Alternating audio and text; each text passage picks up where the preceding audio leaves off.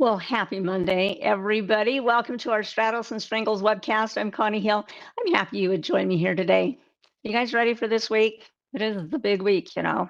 Deadline is here. Big man in the red suit comes to town. You probably heard a little bit of talk about the Santa Claus rally. And are we going to have a Santa Claus rally? Maybe we're in the Santa Claus rally. We're going to talk about what exactly the Santa Claus rally is and what to expect. And as we identify maybe some trades to think about, maybe what might be working during a Santa Claus rally. All right.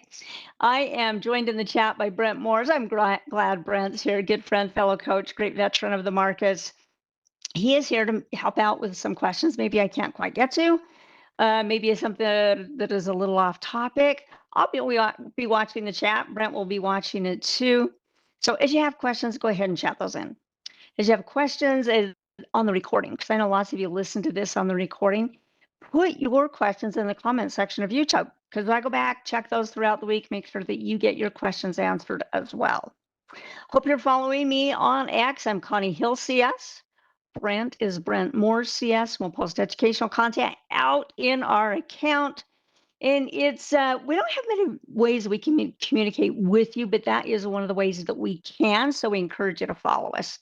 You can always pose questions there as well. All right, let's go through our disclosures and let's get down to business. We have a pretty full agenda for the day. Options carry a high level of risk and are not suitable for all investors. What we talk about today is intended for information and educational purposes only. Don't consider it a recommendation. We will be using the Paper Money software application. It's what you download to your computer. It's the most robust version of Thinkorswim. One thing that's different in the Paper Money account than a live account is that it will not assign options early. But you need to know that options can be assigned early up to expiration, regardless of the in-the-money amount. Investing involves risk, including the loss of principal. Past performance is no guarantee of future results. All right, now part of being ready for this big week is making sure you've got my president order and Brent's president order, right? For the big day a little bit later on. And I'm very flexible as far as what gifts might come my way. And I'm just kidding you. All right, Santa Claus rally. Let's talk about it. Who knows when it is? It's something that the Trader's Almanac has kind of proclaimed. I think it's their thing as far as identifying this Santa Claus rally. However, I'm skipping a little bit ahead. I want to talk about the Santa Claus rally, but also we'll look at some past trades from last week, see how they fared. And then, of course, we're always going to be putting on some new trades here today. So the Santa Claus rally, let's hop over here to our Thinkorswim. And let's just come over to the calendar, the MarketWatch calendar, okay? I know it's a little on the tiny side, but we'll still use it as our focus point here. The Santa Claus rally really is the last 5 trading days of December and the first 2 trading days of the new year. Okay, so however those lay out as far as dates go, that's what it's going to be. So if we're looking for the last 5 trading days of this year, we will start the 24th of December here. All right, of course, the market's closed on the 25th. So the 24th, the 26th, then of course the 29th through the 31st are going to be those 5 days. Then the next 2 trading days in January, we actually can kind of, well, let's see, let's just go here. We'll come over. January 1, market's going to be closed, right? We'll have New Year's Day. So Friday the 2nd will be the first trading day in January, and then we'll go over here to the 5th. Okay, so that is the time frame when it's called the Santa Claus rally. Now, why is that? Why is it the Santa Claus rally? You guys know that typically this is the time of year when retailers either make it or break it, right? That's when we find out, hey, did they do well? You know, we get Black Friday information. And just to know, hey, are they going to turn a profit this year? Because many times that's when they find out is that last little bit of the year, okay? Well, as traders, we want to think about, well, maybe how could we take advantage of that scenario? Okay. So I'm going to put that little thing on the back burner, but you can be thinking about it a little bit. I want to go to and show you what happened with a couple of our trades. Okay. We had a couple of trades that we put on Monday, knowing that they were not getting announced till later in the week. One was Wednesday afternoon, one was Thursday afternoon. Okay. The first one was Micron. And I've got some notes here out in our Micron. So we got in on the 15th, right, in our class. I didn't really mark that date. Let me mark it here. I like to kind of mark when we get into these trades. So that was the day we got in. And uh, we don't really look for a technical entry, right? We're not looking for a bounce or a breakout or a breakdown. We're not looking for anything technical on the chart at all. Really, what we're looking for is to trade either a big move or a small move. So what was the trade that we put on? We put on what's called a short straddle, which is an at the money option. And we sell the call and the put, both at the same time, the same strike price, the same expiration. When we do that, we have the potential obligation to what? Either be put the stock, right, on our short put, or to deliver the stock to somebody else on the short call. Doing so can create, um, especially on the short call side, and not everybody is going to be approved to sell short calls, right? Plus, it's unlimited risk. On a short call, we're expecting the stock maybe to drop, and if the stock has good news and it pops, man, we're out scrambling, going out into the open market to buy the stock at a much higher price. And we're hoping, man, we get to do that before it goes higher and higher. And so, because of that, we basically said, let's put on a hedge with that. Let's put on a hedge of a long, and what we did was a strangle a little bit later period on, so that we're protected and so that we can actually do the trade. Okay. If we were doing it with a naked call and put, it could require quite a bit of margin tied up in your account. Okay. So that's kind of the whole idea with this strategy. So I have written on our chart here basically what our trade was that we got in. So we did at the time, the at the money strike price was 240. And so we did the short straddle, selling the call, selling the put. We brought in a decent premium. Okay, we're going to put some numbers on. I'm going to pull up a spreadsheet here. And then we did for the long strangle, the out of the money 230 put, the out of the money 250 long call. And you can kind of see, I just marked where those areas were on the chart so that we could kind of keep track of it. All right. They announced this afternoon, that was the Wednesday afternoon, next day gapped way up. And it looks like they've continued to run here. All right. The first one that expires that week that we sold, pretty much the trade is going to be over very quickly after they announce.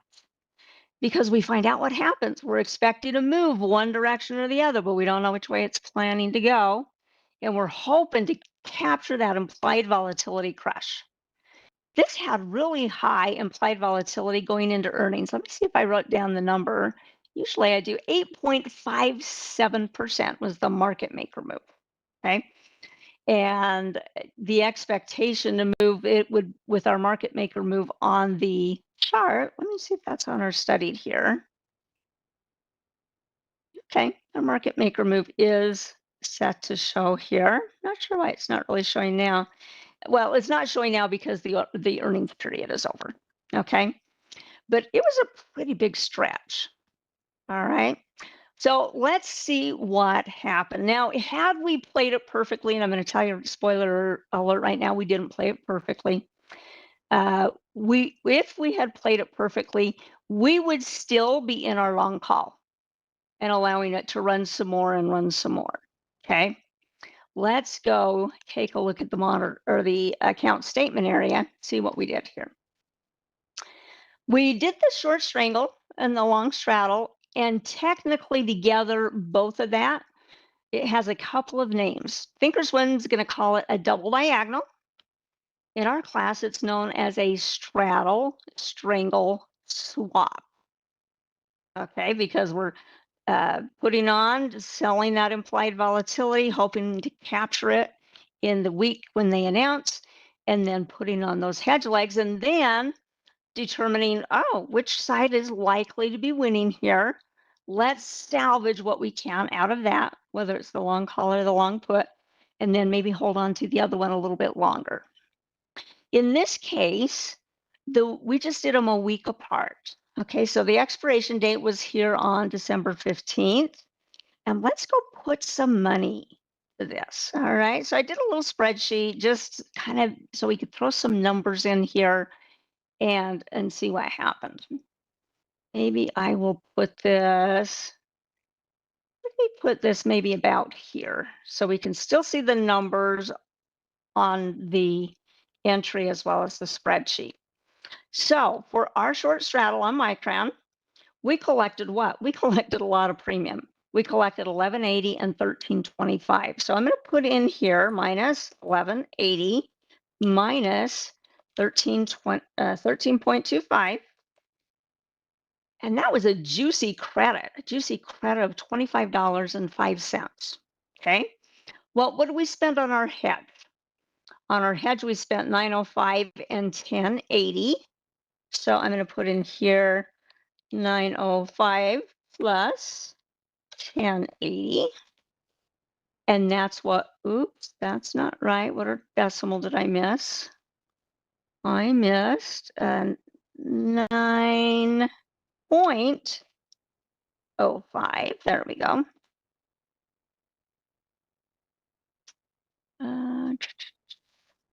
And let me just make this formula right. Let's say we're going to take our credit and we're going to take the difference between that and what we shelled out. So there's where we get our 520 of an initial credit coming in.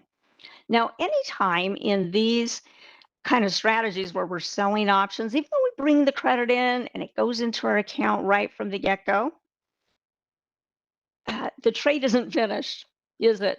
Trade is not finished until one of three things happen. One, things expire worthless upon options expiration, or we go close the trade out early, either for a profit or for a loss, or possibly for both, and take the net. Okay. So this is where our starting point was. Okay. So on the 18th is the first day it traded after the news was out. And you can see right here kind of the different transactions that took place. In this class, I think it's really important to talk about managing the trade and the decisions we make managing the trade. So I tried to spend a little time here because kind of selecting a straddle or a strangle or what we're going to do, selecting it might not take a lot of time. And this is really where your time is focused is, how do we manage this trade? So after it became apparent that Micron was going to stay up, not that we ever really truly know. It can go up and drop. It can be volatile. It can run all over the place, right? But when it became a little bit more apparent, what we decided to do was we had captured a ton of the implied volatility. So on this put that we collected 1180, it got down to about 83 cents. And it could have gone lower. We could have held out a little bit longer, but we had captured about 90% of our gain on it, actually a little bit more than that.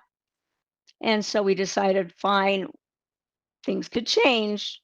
Things could, move around and not be profitable. So we decided to get out of it and say, all right, we captured 90% of that. We're happy campers.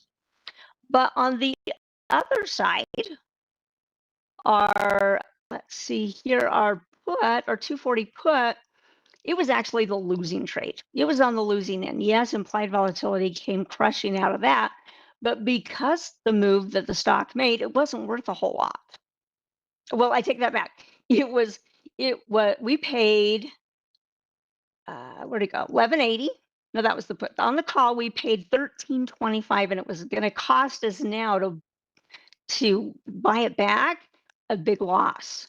That big loss was $20.25. That's okay. That was our plan. That's what we intended to do. Once we discovered which one was the loser, get out. And then we hope our long legs make up for it.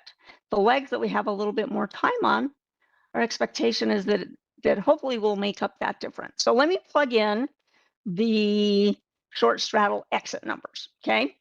So we had, let me kind of put my mouse in the right area so I don't punch in the wrong number. So to buy it back, we had to pay 83 cents plus $20.25.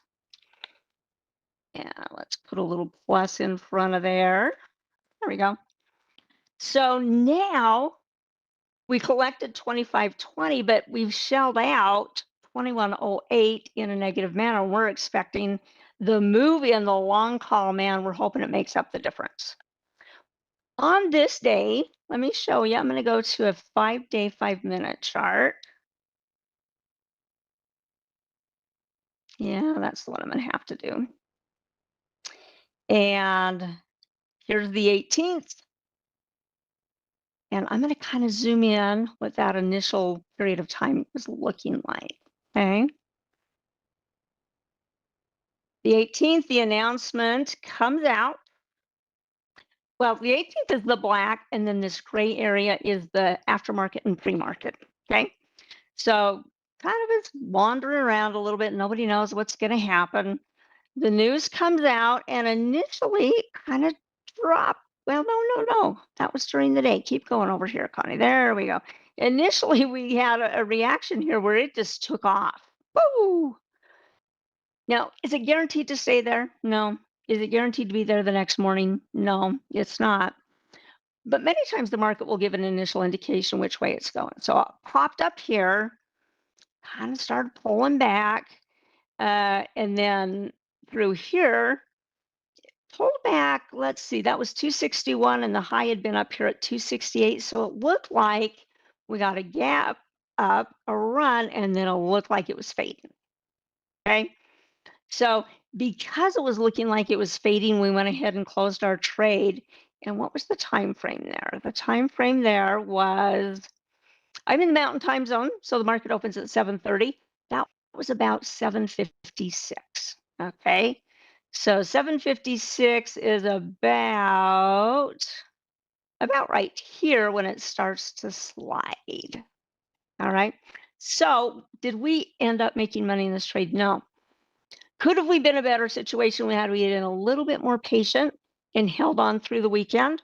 We really would have. Okay. If I come out here to our 3-month chart, instead of being out here, maybe hold over till Friday, gaps down a little bit and then runs. And then today it's a nice gap up. We really could have been sitting fairly nicely in this one. And so it's kind of tricky. You're watching it really closely. You're trying to determine, is it going to move some more? Does it look like it's fading? Sometimes we just don't know. Sometimes when we get a really big pop, it kind of runs for a little bit and then people start taking profits and then you see it start to follow. Okay. That is how that one did. Let me see here if there's any questions. As you have them, go ahead and chat those in. I think we're okay for the moment, Brent. All right. Looking to see what Ricebird was telling Debbie, but actually that's private conversations that the rest of you can enjoy. All right. Next up, Nike. What happened with Nike? And I'll ask you, did anybody else follow along on this trade with me? Did any of you do that in your paper trading account? If you did, let us know. Because we would be quite interested in that. All right, Nike, they didn't announce until Thursday night. So they announced Thursday night. The initial reaction was that it was down, it was pulling back. Not guaranteed to be there in the morning, but sure enough, the next day when it opened up, it gapped down. It gapped down to here, kind of kept falling a little bit, then looked like maybe it was going to bounce a little bit off this 59 level, right? Started maybe retrace a little bit, and then by the end of the day, kind of fizzled out. And then today, of course, we have it continuing down. Even though a stock may gap down or gap up, it's not guaranteed to continue to run that direction, is it? We've all seen it. We think, man, that was made awesome, man. This thing's going to run, or pops, and then maybe it just fizzles, right? Can happen. Sometimes people might want to put in a profit target. That's actually something we're going to do on our trades today, is put in a profit target if it gets there before even maybe an announcement is made, or just when we hit it, we're like, okay, we could be happy with that. We'll get out. Art says, you did the Micron trade. You made some money on that. Good job, Art. Maybe Oja did great as well. Brent Netherlands says, not understanding why you were trading the credit you received and selling the straddle as a negative. We'll go back to those numbers. We'll do those numbers on Nike. Okay. On the short straddle, and that's what we did on Nike as well. The front legs, or the front month, in this case, it was the front week that we sold. Because we're selling the call and selling the put, that's why we're bringing in a credit. Okay. And so we get it, but we got to wait till the trade's completely over to see, well, where did things end up? What was the price of the option when we closed it, if we weren't allowed to, or if we didn't let it expire worthless? Okay. Let's go to Nike here. Here's our Nike. Again, we got in. We actually did this one. I think I did this one a day early on Nike. No, let's see here. There we go. This was a different class that we did Nike. So our class was not until the 15th. So let me just see here. 462. This was the 18th. So that was the Friday class. So here's our 15th. So here is our double diagonal here, or our straddle strangle swap. So it really is the one on the bottom.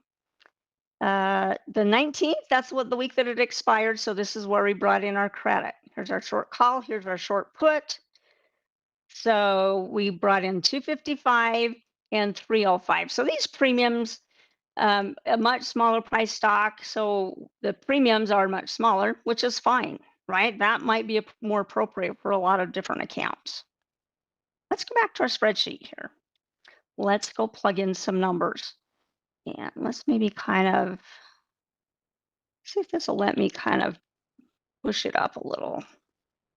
Well, maybe not. All right. On our short straddle, we brought in 255. Let me put a negative here. Minus 2.55 minus 3.05. And so the credit for those two was 560, but then we bought our hedge legs, right? So we paid plus 190 plus 2.25. And so that's where we get our net debit of 145. Okay. What happened? What happened with this one? I'm going to move me out of the way. And let's kind of come up here to December 19th. This is when a lot of activity took place. And this one, we're looking at the contracts that are won. The ones with the 10s and these 20s was a different class, which I probably might not do that again because it makes it a little difficult to see what's going on here. Okay. So the ones for our class are the won contracts. All right. News comes out, stock drops. Yep, definitely dropped. And here right at the market open, we could see in the pre-market which direction the stock was going to stay. It was going to stay down. And so immediately we knew which one was, which on the short end, we probably should buy back to try to salvage whatever we could out of it. Okay, and keep the loss as low as possible. So that is looking like The ones we bought back here, we did 68 on that, right? So let me find my 68s. Here's our 68s. That's our 20 contracts. Here's our 1 contracts. I apologize. Why is that? Our short straddle. Really, we would have just been closing out one of those. And maybe it's this guy right here. Yeah, I'm not going to do that again. I'm not going to do it same stock in 2 classes. That makes it too confusing to figure out what's going on. So in this case, the short call was the big winner. The short put wasn't the big winner, right? Because the stock dropped. So we had to hurry and buy back the short put as soon as we could at 7:31 options start trading. What did it cost us? It cost us $9.85. Okay. So that puts us in a negative position that we need the long option to then make up for us, right? That part of the strangle. So 9.85, and maybe I'll just kind of come over here. Hopefully you guys can see that. Hopefully my picture will disappear so you can see it. All right. So I've got to put it in a spot where we can see the best details. All right, 9.85. So I'm just going to put that in here, down here, plus 9.85. So at that point, we're at a negative and we need the other one to move. Let's see, when did we actually get out of this one? So this one was right at 7:31. That was our 68 call. Where's our 68 put? Our 68 put, let me look here. I don't think we still have it. Let me look at our unallocated.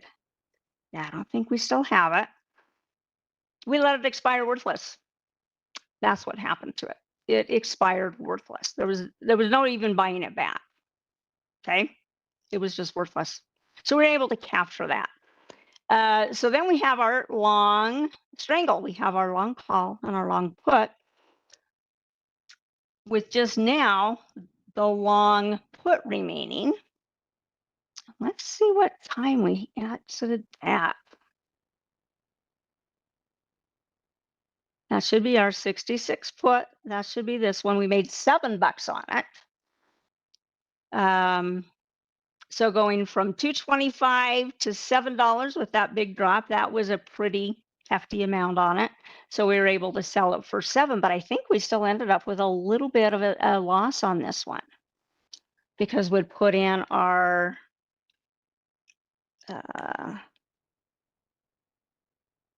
$7.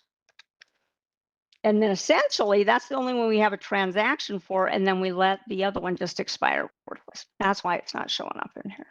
All right, let's move on. That's what happened with these guys. I spent a lot of time on that. And next time, we're not going to have extra contracts in there to be looking at because that definitely fouled me up a little bit. All right, let me go back, make sure that we have answered the questions we have here. Question here says, how much should we factor in on news where despite an earnings B, the worry is China sells tariff? How much should we factor in on the news? Well, pretty much all of it's news-based, even though China might be part of the discussion, whether that's good or whether that's bad, right? Sometimes we get some of that information as well. So it's all of that news combined. It's not just earnings, but it might be earnings plus whatever news they also released that's causing the stock to move. Okay. All right. I think between Brent and myself, I think we've cleared things up. In a week where we don't have a lot of earnings, what should a trader do if they want this to work with this strategy? Well, I've got a couple of ideas. We're going to go back to the Santa Claus rally. What kind of stocks do we think might benefit and might make a big move during the Santa Claus rally? Is it going to be quantum computing stocks? Maybe, but they might not be so affected by the Santa Claus rally, right? What about retailers? Could possibly retailers be some that might benefit? They might. No guarantees at all. Really, we don't have significant earnings this week, and we're really not going to have some significant ones until January comes around when the financials, starting January 14th, are going to start announcing. We'll start having the big banks come in at that point. Okay. So let's take a look at something here. I've got a couple of stocks that might be interesting to do this. Yeah, Eric says maybe technology, especially technology where people are using it, right? They're spending money on it for Christmas or the other holidays that we celebrate, right? New Year's Eve, football games. I guess football games aren't a holiday, but I have bought some new TVs when it's been around the Olympics time and a sporting event that I really liked. So that could be the case. Maybe some metal related. Yeah, there could be other things in the news. FedEx going on, possibly. Yeah, so the other stocks that are having some news. The other place we can look that didn't yield anything for me today actually was new FDA announcements coming out, right? Is there a new drug that's due to make the news that they're going to say, hey, we know on this date, the FDA has told us they're going to say what they liked of our data, right? Did they like our data? Do we get to move to the next step? Type of thing. Airlines might do something too. Yeah, over the holidays. I like that idea, Duke. Yeah. First one we're going to take a look at here is, let's do this one first. Let's go Etsy. Did any of you buy anything on Etsy this holiday season? If there's any females in here, maybe, possibly so. For the males, I don't see a lot of males going to Etsy, but maybe you do. I don't know. It seems to me to be a kind of a female thing. So as we look at Etsy, it just hasn't moved a whole lot. But if they get some good news out during the Santa Claus rally, maybe they do take a little bit of a run. On the Santa Claus rally, just so you know, it's a small move in the market that's expected. It's just that cumulatively over those 7 trading days, that's typically been positive, although not guaranteed to. Okay. So if we have something that's fairly flat, we might think, maybe we could sell some premium here while it's being flat and just let it decay.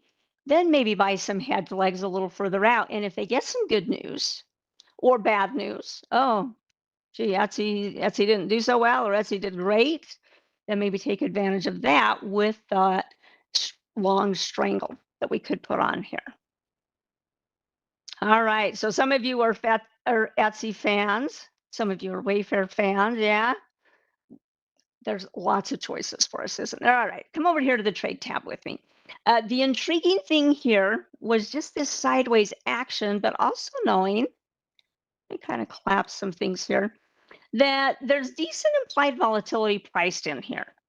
It's not extreme like what we're going to see over an earnings announcement, but knowing that the implied volatility is a little pricey in here gives us an idea maybe we could sell something in a week that maybe the market's really not super involved, right? During the holidays, you guys, some of you are probably off, right? From your work, or kids are out of school, people spend time with their families. And so really the market volume wise is quite a bit lower. So let's go here to our December 26th. Let's see where Etsy's right now. $56 and some change. Okay. If we wanted to do something at the money, it's going to be our 56 strike price. And there's decent open interest out here on the call side. There's some decent open interest here on the call, on the put side and the call side, I should say. So let's go ahead and let's put in this first one. Okay, we're going to sell the call. We're going to sell the put right at the money. And that's going to bring us in a little bit of a credit. And again, remember the risk associated with this. We could be put the stock at $56, or we may have to deliver the stock to somebody else at $56.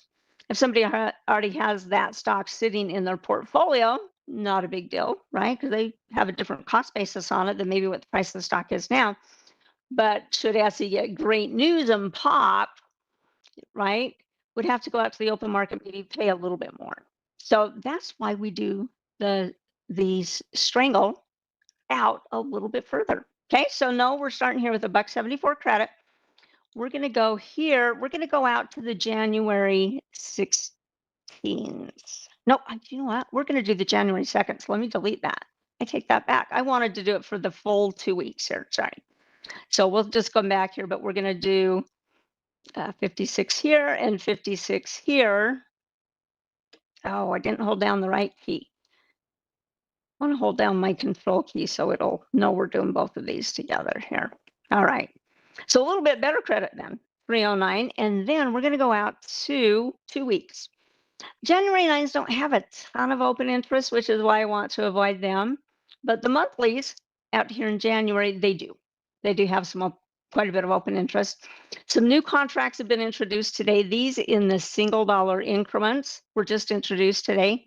That's where we're seeing on the open interest here so much zeros, because today's their first day of trading, and it looks like it's not a ton of trading has happened here. Okay, we're going to go out of the money. That means we're going to look for, we could go, our at the money is 56. We could be doing 55. Okay, that's not very far out of the money. But what we're going to do, we're going to come out here to 50. Okay, so what we're going to do is we're going to buy the long 50 put. I'm going to hold down my control key, and we're going to go out same distance here. We're going to go out to the 60 call, because that's where we have lots of open interest, and we really want to play in fields where there's a lot of open interest, right? These probably will fill in, right? These that are just were released today, but there's just not a lot of them yet. And so that's why we're going to kind of stay at where the open interest is for safety. All right. We're going to put this in. We're going to put this in our straddles and strangled bucket. There it is. We're going to send it to that bucket. Something that if you wanted to, you could consider looking at one other one. And the other one that could have had possibly some potential here is Target. Now, Target's not as flat as what Etsy is right now. Okay. Looks like maybe it's pulling back. Had a nice, decent run here, but news during the Santa Claus rally, yeah, it could do something with Target. Okay, so if you want to do another practice trade in your paper money account, you could look to Target. I'm running out of time, but what I'll do after our class is over, or maybe I'll just throw it in here real quick. Can you guys hang with me just real quick if I fly through it? I was going to do, looks like on Target, price now is 96. Okay, so our at the money for the January 2s is the one we're going to go with as well. We're going to go at the money 96. So we're going to sell the put here. We're going to sell the call here. Then we're going to do the same thing. We're going to bump out to the January 16. Same thing here. Single increments have just been added here. So at 96, out of the money on the call, looks like we're probably going to need to go to the 100. So we're going to buy the 100 call. And then the same thing here, except we're going to go out to 90. We're going to do the 90 put. All right. For the moment, it's still a net credit. We're hoping to maybe during a slow week capture some implied volatility. Might milk this thing over towards the end of the week. The market's going to be closed Thursday. So we might do some, if there's enough to do with it on Wednesday, we will. Might have to wait until the 26th to close out on that short straddle to begin with. Okay, so we'll see what happens along the way. Now, I do hope you guys have subscribed to our Trader Talks channel, right? If that little logo on the bottom right of your screen, it looks like YouTube and it's blue, okay? That's how you can click on there and subscribe to our Trader Talks channel. And when you do, it makes it so much easier to find our content. I do listen to quite a few, follow some different shows on YouTube and podcast type of things. This makes it really easy to find. So when you're in our Trader Talks channel, this is what it looks like for you. You see what's going on now. At the top of the hour, Barbara Armstrong will be doing Trading a Smaller Account. I know there's a lot of you that love her class. It's a great one to go to. That'll be coming up next, and then you can kind of see a little bit throughout the day. Something that's you can go to our playlist to get content for our classes, right? You want to go check out Brent's Advanced Option Strategies. Here's his most recent one last week is the increased data worth it. All right, that was on his. And then we have something here. It's called, actually, let's come back here on the home. Bite-sized content we'll put in some short videos teaching you how to do certain things. I'm doing a series on Thinkorswim functionality, and we'll put one out here. Hopefully it'll get posted today. And it's about how to let your charts in Thinkorswim find candle patterns for you. Wouldn't that be interesting if it could do some work for you, identify some candle patterns? It can. I show you how you can set that up so you can do it yourself. All right, you guys. Thank you so much for your attention here today. Appreciate you being here. I've got 2 more trades we'll keep our eyes on, and I won't do any other trades on them in my other classes. So the data is just right there staring us in the face. We don't have to pick through it. All right. Brent, thank you so much for your help. I did not see a survey out there. If this was helpful to you today, hit the thumbs up on your way out. That moves it up in the algorithm so others can find the content as well. Follow Brent and I, Connie Hill CS, Brent Moore CS, out in the land of X. And give us, what was the third thing? Just follow us, subscribe to us so you can find our content. All right, you guys, we'll see you back at the top of the hour with Barbara Armstrong. Bye-bye.